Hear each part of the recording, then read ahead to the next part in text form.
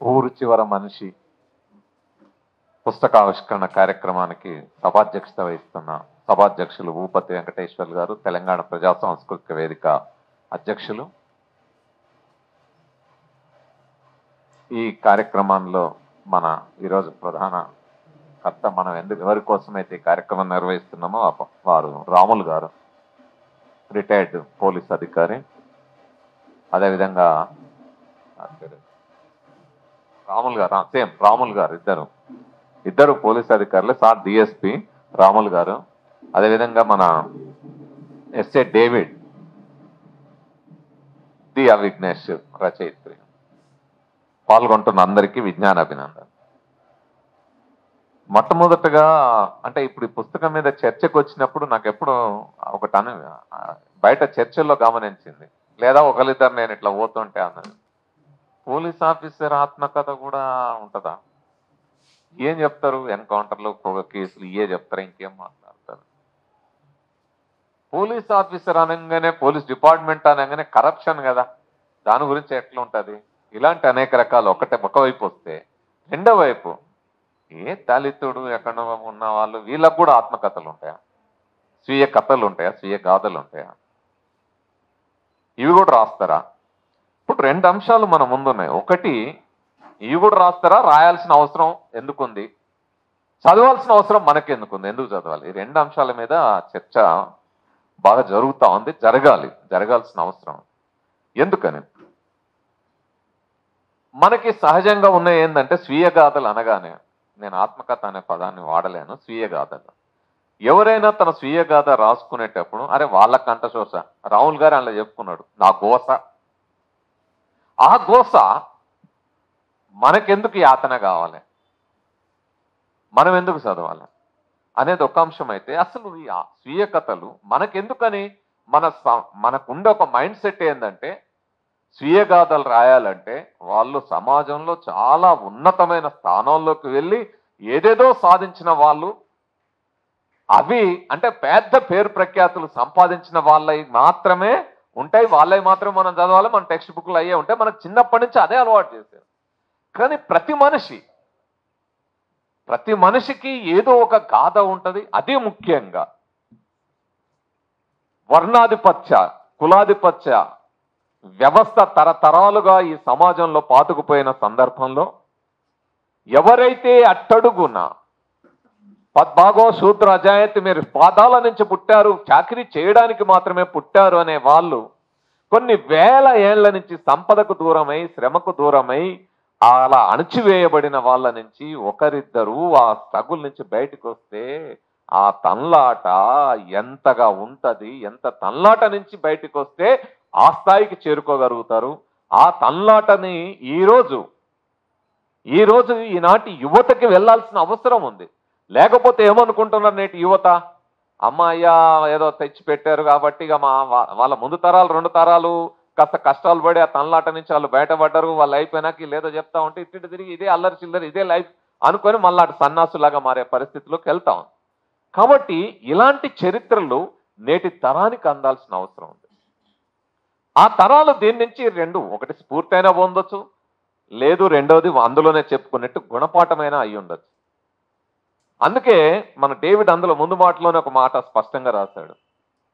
చాలా చరిత్రలు మన తెలుగు నాటకు వచ్చేసరికి ఉమ్మడి ఆంధ్రప్రదేశ్లో అక్కడ కానీ ఇక్కడ కానీ మరి తెలంగాణలో కానీ మనకి ఇదే అంటే స్వీయ గాథలు అనగానే ఏదో పైన అనేదే ఉంది. కానీ మహారాష్ట్రలో మిగతా చోట్ల డేవిడ్ కోట్ చేసిన అంశాలను చూసినప్పుడు అనేక మంది ఆ విధంగా వాళ్ళు రాసిన గాథలు చాలా మందికి ప్రేరకంగా పనిచేస్తాయి.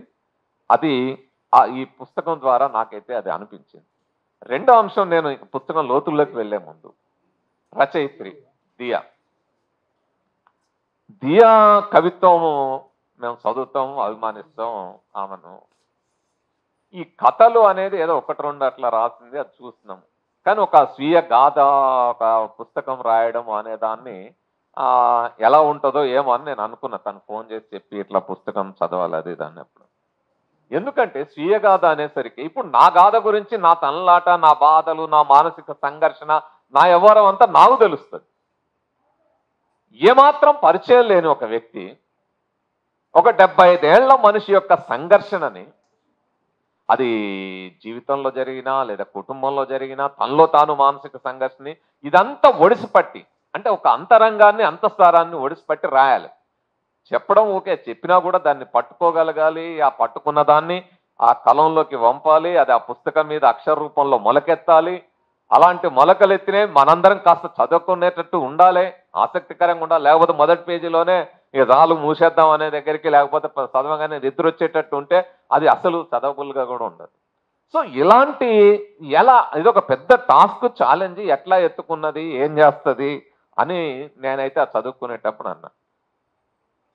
అది అది చూసిన, ఎందుకంటే నాకు ముందు మాట చదివే అలవాటు ఉండదు. ఎందుకంటే అది చదివితే మన మీద ఒక ముద్ర పడుతుంది. అందుకే డేవిడ్ని కాసేపు పక్కన పెట్టి అసలు దియా ఎట్లా ఎత్తుకుంది, ఇది ఎలా తీసుకుంటది అనేది ఆ ధోరణిలో వెళ్ళి చూసిన. చివరిలో డేవిడ్ కూడా నేను అనుకున్న దాంట్లో ఉన్నాడా, లేకపోతే ఆయనలో ఇంకా కొత్త అంశాలు ఏమున్నాయి అట్లా అనేది నేను అది చూసాను. సో ఆ విధంగా చూసినప్పుడు అందులో దియా సక్సెస్ అయిందని, ఆ విధంగా మొత్తం అంత రంగాన్ని ఒడిసిపట్టి, ఆ సారాన్ని ఒడిసిపట్టి రాయడంలో దియా సక్సెస్ అయింది. చాలా ఆసక్తికరంగా రాసింది. మనందరం చదువుకోవడానికి వీలుగా ఉండడమే కాకుండా ఏ అంశాలని ఎక్కడ నొక్కి చెప్పాలో, ఏ అంశాలు మనం అర్థం చేసుకోవాల్సిన అంశాలు ఉన్నాయో ఆ విధంగా చెప్పింది. ఇక రాములు గారి జీవితానికి వస్తే, పుట్టింది వికారాబాద్ జిల్లాలోని మారుమూల పల్లె బషీరాబాద్. నేను 1992 ఆ ప్రాంతంలో అక్షరాస్యత ఉద్యమంలో నల్గొండ జిల్లా కోఆర్డినేటర్గా, స్టేట్ రిసోర్స్ పర్సన్గా దేశం అంతా తిరిగి, రాష్ట్రం అంతా, ఆనాటి ఉమ్మడి ఆంధ్రప్రదేశ్ అంతా తిరిగిన. ఆ సందర్భంలో వికారాబాద్లో అక్షరాస్యత ఉద్యమం జరుగుతూ ఉండేది. సో అక్కడ ఆ 14-16 మండలాల్లో జరుగుతుంటే నేను ఆ ప్రాంతానికి వెళ్ళిన. అప్పుడు వెళ్ళి చూస్తే ఆ బషీరాబాదు, ఆ బంట్వారం మండలాలకు వెళ్ళాలంటే, అసలే మేము వెళ్ళేదే అక్షర కేంద్రాలంటే రాత్రిపూట వయోజన విద్యా కేంద్రాలు, నైట్ వెళ్ళాలి. సారుకు తెలుసు డే టైమే అక్కడికి వెళ్ళలేని పరిస్థితి. అట్లాంటి చోట నేను నైట్ వెళ్ళాలి. ఎట్లా అంటే ఇక అప్పుడు ఒక ఆర్డీఓ ఆఫీసులో రాజదూత ఉండేది, అది వేసుకొని తిరిగేటోడిని. అట్లా తిరిగి అక్కడ ప్రాంతాలు తిరిగిన. అప్పుడు భోజనం కానీ తిండి కానీ మనకి ఇక్కడ మన అనువాటు వేరు, అక్కడికి పోయిన పరిస్థితి. అంత మారుమూల పల్లెలో ఉన్న వాళ్ళు ఎంత స్ట్రగుల్ పడి బయటికి రావాల్సి వస్తుంది. ఒక హైదరాబాద్ లాంటి నగరంలోకి వచ్చి ఒక ఎస్ఐ లేదా సిఐ స్థాయిలోకి వచ్చి పనిచేయడం అనేది అది చాలా స్ట్రగుల్ తోటి కూడుకుని ఉంటుంది. అయితే ఈ తరంలోకి రాములు గారికి వచ్చేసరికి ఒక చిన్న అడ్వాంటేజ్ ఏంటంటే, ఆల్రెడీ వాళ్ళ ఫాదర్ రైల్వేలో ఉద్యోగి కాబట్టి ఒక మొదటి తరము అంతకుముందుండే ఈ అణచివేతని, వేల సంవత్సరాల అణచివేత నుంచి కొద్దిగా ఒక్క అడుగు ముందుకు పడింది. కానీ ఆ ముందుకు పడిన అడుగు కూడా అక్కడ వాళ్ళ ఫాదర్ పడ్డ కష్టాలు, అక్కడి నుంచి అవన్నీ కూడా అందులో చాలా స్పష్టంగా, అంటే ప్రతిదీ ఒక జీవితం ఇప్పుడే కాదు. నాకైతే ఈ తన్లాట ఈ రోజుకే అయిపోయింది అనుకోను. నేను ఇంకొక 4-5 తరాలు ఈ తన్లాట కొనసాగుద్దేమో అనిపిస్తాను. లేదు, ఈ కాలంలో ఇంకా మరింత పెరుగుద్దేమో అనిపిస్తుంది. ఒక్క నిమిషం.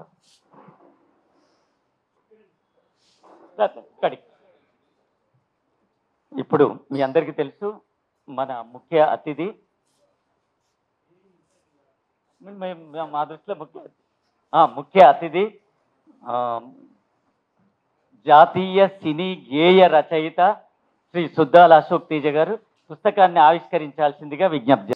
ఆ అవకాశం కూడా తన ముందు ప్రాథమిక ఫస్ట్ జాయిన్ అయిన బడిలో పడ్డ ఘర్షణ, అక్కడ కులం పేరుతో ఎదుర్కొన్న అవమానాలు, అవన్నీ చేస్తూ మన దియా అక్కడ అంబేద్కర్ గారి జీవితంలో జరిగిన ఘటనను కూడా కోట్ చేశాను.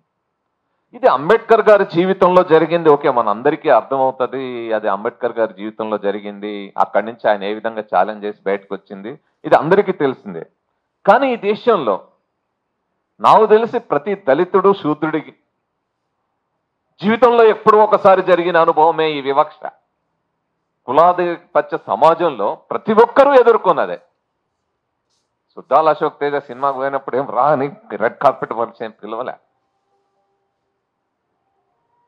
ఆయన జాతీయ అవార్డు పొందిన తర్వాత కూడా జరిగిన అవమానాలు తెలుసు. సో ఇది చాలా సహజమైన, అంటే ఇవి అసలు మనం లెక్క పెట్టాల్సినయా? ఇది కూడా అంటే వివక్ష కూడా మీకు ఇది అవమానమా? ఇది కామన్ కదా, మీకు సర్వసాధారణం కదా, దీన్ని కూడా పట్టించుకుంటారా? పిలవడమే ఊర్లలో, పిలవడమే కులాల పేర్లతోటి ఒరే అరే ఆ మాదిగోణివులు ఆ మాలోనివులు లేకపోతే ఆ సాలోనివులు ఏణివులు ఇదే కదా. అంటే పేర్లు కూడా మర్చిపోయే స్థాయిలోకి కులం మన సమాజంలో వచ్చిన తర్వాత ఇంకా చదువు ఎన్ని కష్టాలు పడి ఎన్ని బాధలు పడి ఉండాల్సి వస్తుంది. సో ఆ రకమైన బాధ ఎదుర్కొని అక్కడ ఆ బడి నుంచి ఒక రకంగా ఈ దేశంలో ఈవెన్ స్వతంత్రం వచ్చిన 75 ఏళ్ల తర్వాత కూడా కోట్ల మంది పిల్లలు బడి నుంచి బలవంతంగా నెట్టివేయబడుతున్నారు. తెలంగాణ మోటు భాషలో చేయాలంటే అన్ని బయటికి పంపబడుతున్నారు. ఇదేదో డ్రాప్ అవుట్స్ అని రకరకాల పేర్లతో హై స్కూల్లోపే చాలా అవుతున్నాయి. ఎందుకు అవుతున్నాయి అనే దాన్ని కనుక మనం పరిశీలించాలంటే ఇగో అందులో రాములు గారు తన అనుభవాలు పేర్కొన్నాయి వస్తాయి. స్కూల్లో జరిగిందే కాదు, స్కూల్కి పోవడానికి ఆయన బ్రిడ్జి దాటేటప్పుడు చెప్పాడు కింద తోడేళ్ల గురించి అని. ఇంకో మాట కూడా చెప్పొచ్చు, అక్కడికి పోయి సాయంత్రం పూట వస్తా ఉంటే ఎంతమంది దయ్యాలు భూతాల భయాలతోటి ఆ మూఢనమ్మకాలతోటి బయటికి వెళ్లకుండా ఉండే ఆ కష్టాలు పడ్డవాళ్ళు బాధలు పడ్డవాళ్ళు ఇవన్నీ నిరంతరం. ఈ మధ్య నేను చాలాసార్లు నాకు కేజీబీ స్కూల్ ఇతర స్కూల్ నుంచి ఫోన్లు వస్తాయి. సాయంత్రం అయితే చాలు దయ్యాలు భూతాల పేరుతోటి మా పిల్లలు బడికి పోవట్లేదు సార్. ఇప్పటికీ మీరు ఆదివాసీ ప్రాంతాలకు వెళ్తే 7th 8th కూడా పిల్లలు దాటలేరు. అంత డ్రాప్ అవుట్స్. ఏంటంటే చదువుకుంటే మంత్రాలు వేసి చంపుతారు సార్. ఈ మంత్రాల కథ ఆ బాషీర్బాద్లో అక్కడ ఎంత దారుణంగా ఉంటుందంటే ఒకసారి ఒక ఊర్లో పోతే ఆ పక్క ఊర్లో మీ మండలం పక్క ఊర్లో అదే ఊరు పేరే ఉండే నాకు ఐడియా లేదు కానీ రాళ్ళు పడుతుంటే మా కేంద్రాలన్నీ మూసుకోవాల్సిన పరిస్థితి, చదువు కేంద్రాలు అప్పుడు మూసేయాల్సిన పరిస్థితి వచ్చింది. సో అట్లాంటి దాడులు ఇవన్నీ చాలా జరిగినాయి అక్కడ. వాటి మీద కూడా మేము సో అట్లాంటి నమ్మకాలు కూడా మనల్ని ఒకవైపు ఏమో కులం పేరుతో ఆధిపత్యం, మరొక వైపు ఈ ఇవి, ఇంకోవైపు మీరు అన్నట్టు అడవుల్లో పోతే ఆ తోడేళ్ళు మిగతా జంతువుల భయం, ఇవన్నీ కూడా చదువుకు ఆటంకాలే. సో ఇన్ని ఆటంకాలు ఎదుర్కొని ఆ చదువు అనే బడిని దాటి బయటికి రావడం అనేది ఈ రోజే 75 ఏళ్ల స్వతంత్ర భారతంలో ఈ రోజే ఇంత కష్టంగా ఉంటే 40-50 ఏళ్ల పరిస్థితి అది మామూలు తన్లాట కాదు, అది మామూలు ఘర్షణ కాదు. ఆ ఘర్షణ చాలా పెద్ద ఘర్షణతోటి చాలా మంది వెనక్కిపోయారు. కొంతమంది మాత్రమే దాన్ని తట్టుకొని ఇట్లా రాములు గారు లాంటి వాళ్ళు ఇంకా అనేక మంది అట్లా కొద్దిగా బయటకు వచ్చిన వాళ్ళు ఉన్నారు. ఎందుకంటే ఇప్పుడు మనం 1 కిలోమీటర్ నడవాలంటే వెనక ముందు ఆడుతున్నారు. కానీ ఊర్లలో ఎవరైనా సరే పిల్లలందరూ ఆ ఊర్లలో ఉన్న వాళ్ళు 5-6 కిలోమీటర్లు నడిచిపోయి చదువుకొని బయటికి రావాల్సిన పరిస్థితి ఉండేది. సో ఆ రకంగా ఆ స్కూల్ జీవితం అవన్నీ ఇంకా అనేక ఘర్షణలు అందులో ఉన్నాయి. అవన్నీ నిజంగా చాలా అది బయటికి చెప్తే ఇది కూడా సమస్యనా, బడికి పోవడము పోయిండు ఆ బ్రిడ్జ్ దాటిపోయిండు ఆ దాటినోడికి కదా బాధ అర్థమవుతుంది. ఆ రోజు పడ్డ యాతన చిన్నపిల్లలు ఒక వెళ్ళడానికి పోయినప్పుడు అక్కడ దాని నుంచి పోయేటప్పుడు ఆ భయం ఎంత ఉంటుంది, కింద తొడేళ్ళు ఉంటే పైనుంచి ఆ బ్రిడ్జి నుంచి దాటుతూ ఉంటే ఆ భయం ఎంత ఉంటుందంటే అది అనుభవించిన వాళ్ళకి తప్ప మనకు అర్థం కాదు. సరే దియా కూడా అనుభవించి ఉంటుందిలే అట్లా, అందుకే అట్లా రాయగలిగింది అనేది కూడా మనం అనుకోగలుగుతాం. అట్లాంటి ఘర్షణలోంచి చదువుకొని సరే తను బయటకు వచ్చాడు. వచ్చిన తర్వాత ఆ మారుమూల బషీరాబాద్ నుంచి మొత్తానికి హైదరాబాద్ వచ్చి చేరాడు. ఈ హైదరాబాద్ మన కాచిగూడ హాస్టల్. ఇక ఆ కాచిగూడ హాస్టల్లో నాకు తెలిసి ఇది ఒక్క గాథ కాదు. కాచిగూడ హాస్టల్లో మీరు ఏ పిల్లవాడిని కథ తెచ్చినా అదొక జీవిత సంఘర్షణ గాథ బయటకు వస్తుంది ప్రతి ఒక్కళ్ళకి.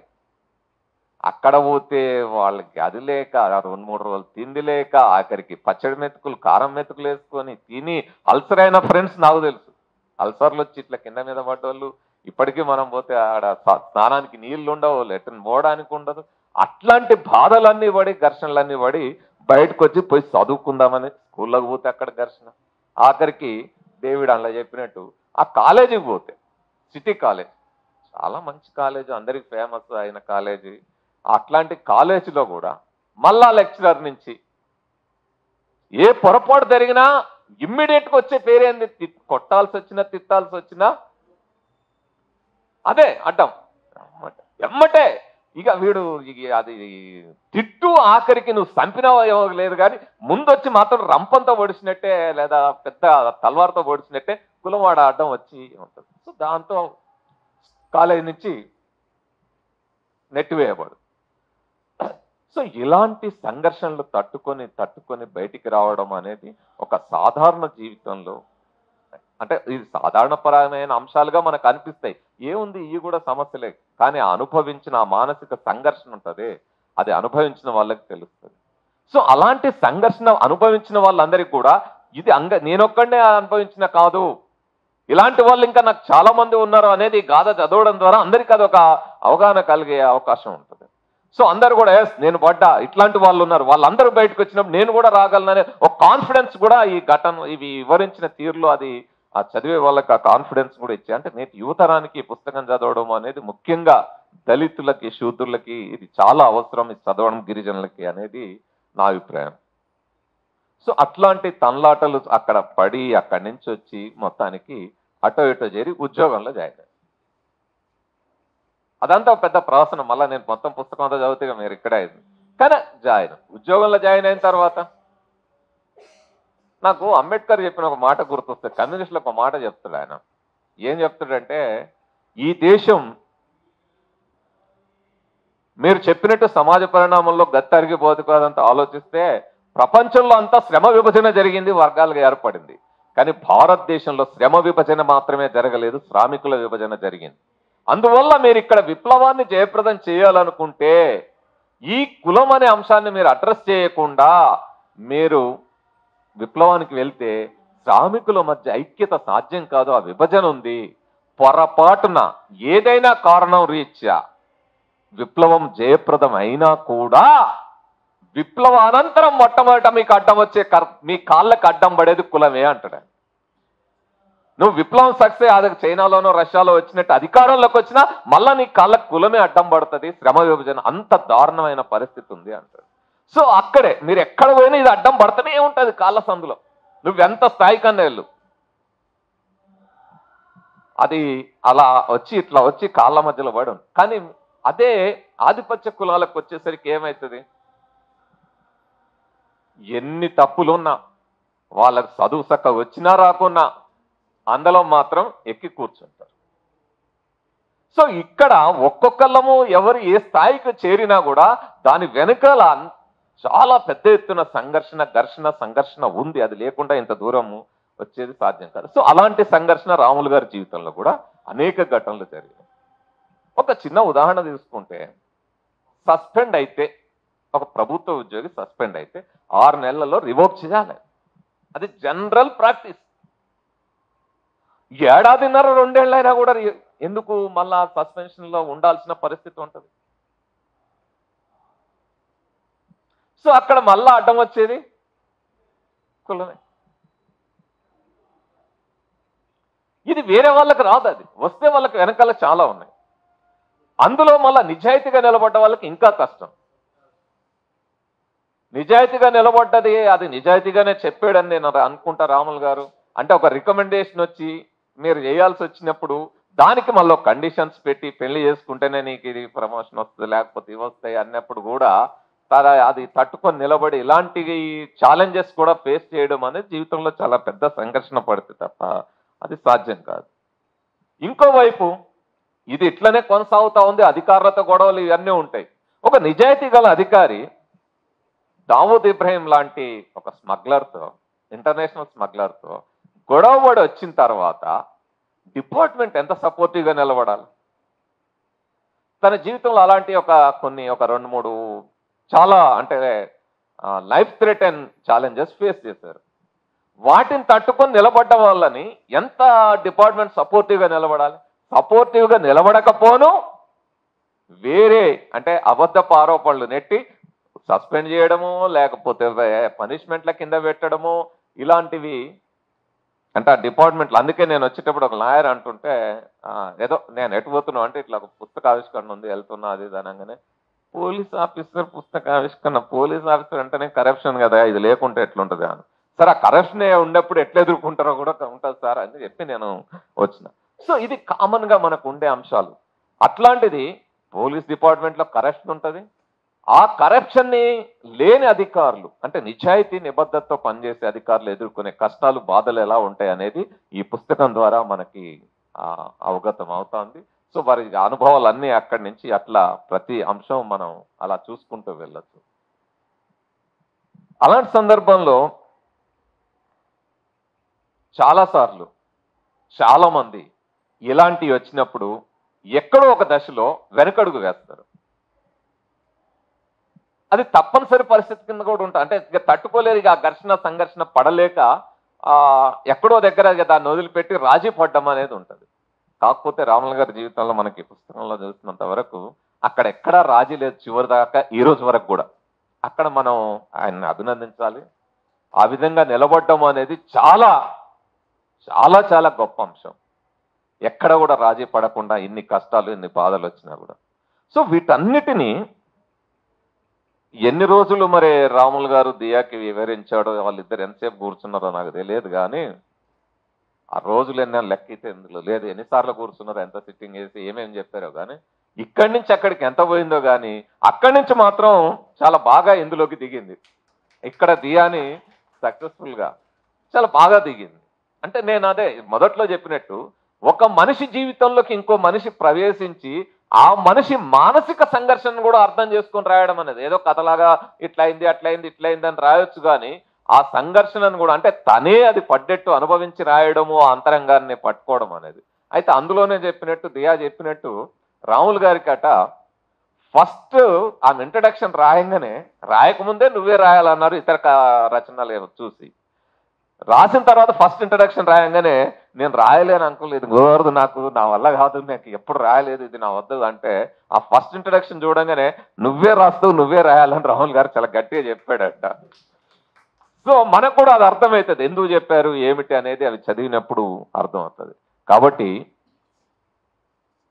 ఇక్కడ రాగానే మా స్కైలాబాబు అన్నాడు, నాకు కూడా అనిపించింది ఊరు చివర మనిషి అన్న, ఈ టైటిలే ఏంది అసలు ఇట్లా పెట్టుకొని, అంటే ఊరు చివర మనిషికి కూడా ఒక స్వీయ గాథ ఉంటుంది, అది కూడా రాయగలిగారు. మిమ్మల్ని వద్దనే ఊరు బయటికి తరిమేసి వెలివాడలకి, ఇక్కడ కూడా ఇట్లుంటుందా అంటే అది చెప్పుకునే అంత ధైర్యం కూడా ఉండాలి. నేను ఊరు చివర మనిషిని అని. ఎట్లా మమ్మల్ని ఇన్ని రోజులు అణిచివేశారు, ఈ అణిచివేతల నుంచి కూడా ఇట్లా కొన్ని కోట్ల మంది ఎట్లా బయటకు వస్తా ఉన్నారు ఈరోజు, దానికి కారణం మనకంటే ముందు తరాలే మనకు చెప్పడం ఒక భాగం అయితే, ముఖ్యంగా మహాత్మా జ్యోతిబా పూలే, సావిత్రిబాయి పూలే, డాక్టర్ బాబాసాహెబ్ అంబేద్కర్, వాళ్ళు మనువాదం ఎంత దారుణంగా మనల్ని అణిచిపెట్టి ఉంచుతుందో దాని నుంచి బయటపడడానికి మనం ఏం చేయాలి, ఎలా చేయాలి అనేది వాళ్ళు చెప్పిన మార్గం ఏదైతే ఉందో దాన్ని మనందరం గుర్తుపెట్టుకోవాలి. అదే సందర్భంలో నేటి తరానికి అందాల్సిన కొన్ని అంశాలు ఉన్నాయి, ఇందులో లేని కూడా నేను ఒకటి రెండు చెప్పాలనుకుంటున్నాను. ఏమిటంటే అది అంబేద్కర్ అంబేద్కర్ అనగానే రాజ్యాధికారం, లేకపోతే అంబేద్కర్ అనగానే ఇంకోటేదో అని అనుకుంటాం. కానీ అంబేద్కర్ చాలా స్పష్టంగా చెప్పాడు, కుల నిర్మూలన జరగాలంటే కులాంతర వివాహాలు జరగాలి, సహపంక్తి భోజనాలు, ఇవన్నీ సంస్కరణ కార్యక్రమాలు జరుగుతాయి. కానీ వాటన్నిటికంటే కూడా అవన్నీ జరిగినా కూడా కులం పోదు. ఎందుకంటే హిందూ మతం అనేది నిర్మించబడిందే కులం పునాదుల మీద. కులం పోయిన మరుసటి రోజే అది ఉండదు, అది నిలబడదు. కాబట్టి ఆ కులం పునాదుల మీద అది నిలబడ్డది. కాబట్టి ఆ కులానికి మూలమైన మనల్ని దాస్య బంధనాల్లో కట్టిపడేసిన గ్రంథాలు ఏవైతే ఉన్నాయో, చాలా మంది మనుధర్మం అంటే మనుస్మృతి ఒకటే అనుకుంటారు. మనుస్మృతి కాదు, అసలు మొట్టమొదలు చెప్పిందే వేదం. బ్రాహ్మణోస్య ముఖమాసిత్ బాహు రాజన్యకృత ఉరు తదస్యో యద్వైశ్య పద్భాగో శూద్రాజాయత్ అని చెప్పింది ఋగ్వేదం. నిన్ను పాదాల దగ్గర కట్టేసింది. అందుకే అంటాడు కదా జాషువా, ఎవడెవడు ఎవడికి ఎక్కడి నుంచి పుట్టాడో నాకెందుకు, నేనైతే నా అమ్మకే పుట్టాను అంటాడు. అది ఊరు చివర మనిషి అంత గట్టిగా చెప్పగలుగుతాడు.